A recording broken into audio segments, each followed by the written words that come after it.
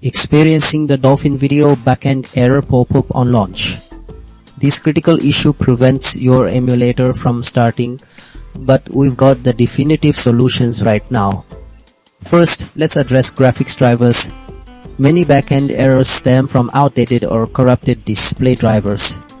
Updating these ensures your system properly communicates with Dolphin's graphics components.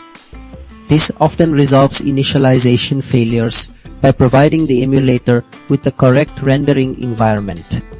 If that doesn't clear the error, the problem often lies within Dolphin's internal graphics configuration, which brings us to method 2, adjusting Dolphin's backend settings.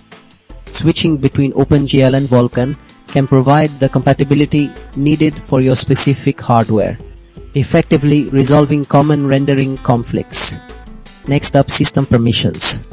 Running Dolphin as an administrator can unlock necessary access to system resources and files that might be blocked, preventing the backend error from appearing.